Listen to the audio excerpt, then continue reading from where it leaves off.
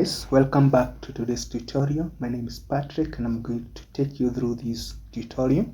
So in today's video you're going to look at Microsoft Excel, and what you're going to do is that you are going to see how you can be able to do the calculation. You can be able to find the totals, and also you can be able to find the average, and also for the same per subject you're going to see how you can find the total and how you can find the average per each subject. So there are two ways that you can do this one. So the first one, you can use what you call a formula, and you can also use what you call a function. So you can use one of these to be able to do the calculation. So the difference between these one is that the first one is you are going to write what you want to do. So a good example of a formula is when you come here and then you say equals. Remember, you said a function and a formula should start with an equal sign, and then you're going to select the first cell. So you can either click on this or you could just type, then you add this one, then you add this one, then you add this one, then you add this. So what you're doing there is that you are typing what you want to be done. So that one is a formula. And one thing you're going to find in the formula is that you can be able to change. You can even change inside the formula. Maybe instead of adding, you can add plus, you can add minus. It's going to work for you. Then when it comes to function, this one is an inbuilt formula that you normally use and can only do one job at a time. For example, if it is for adding, you're going to use a function called sum, and then you're going to select the first cell, then up to or through the last cell on that ledge, and then you're going to close. So this one, it can only add because you have sum here. So you're going to add from the first cell up to the last cell. And function is always applied where you have so many cells. Maybe assuming that you have like 100 records that you want to work with, it will be very complex for you to use a formula. So having known that, we're going to use function to do the calculation. So you're going to find the first one. So we come to the second one. What you're going to do is you're going to add, because you're going to use the sum. Then you're going to put into bracket. You click on the first cell. You can type the coordinate like you have the E4. Then you come here and then you click on the last cell, and then once you do that, you press the key on the keyboard, the enter key on the keyboard, and then you're going to find the total.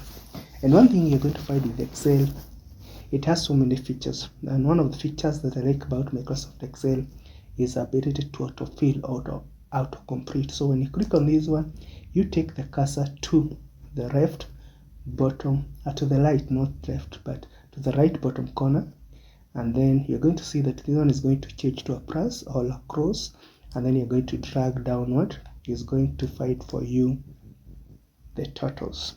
Then you come to average. So to find this one using the formula, you can say equals, then you can put into bracket. So we add this one just like we do the normal calculation. So we add all these one, we add this one, keep on adding until we have selected all that we need.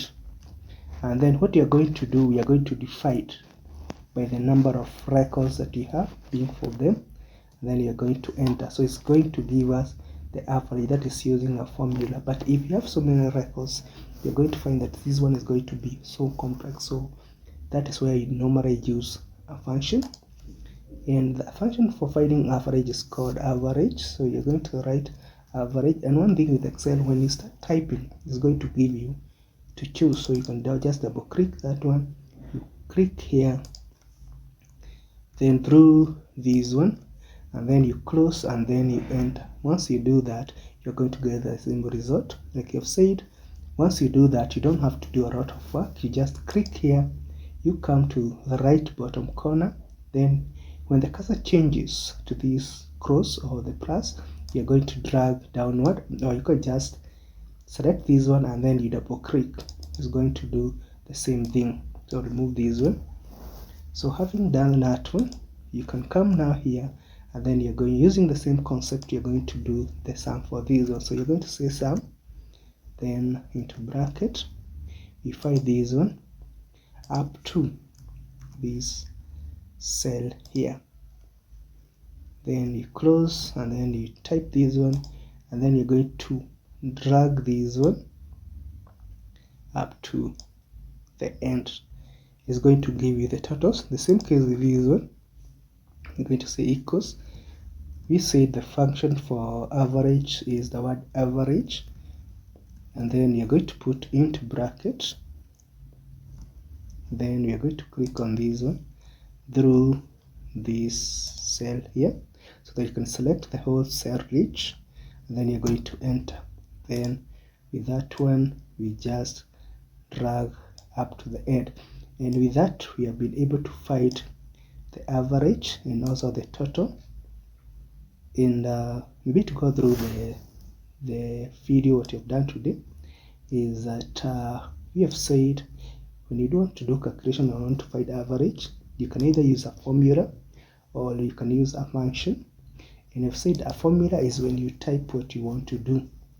And one thing I'm going to find the formula is that we said you can be able to mix mathematical operation. You can be able to add inside the formula, you can be able to multiply, or you can just add the same. Then we have the inbuilt formulas, and this one we say they are called functions. And a good example is when you want to find the total, you have a function called the sum, which is going to do the calculation for you. And we have said that the functions are normally used when you have so many records that you want to work with. So you just select the first cell and then through the whole cell edge, and you are going to find the total. Then the function for finding the average, you said you're going to say equals and then average and then the cell edge. And with that, we come to the end of this session. Remember to like, comment, share, and subscribe to this channel. Thank you for your time.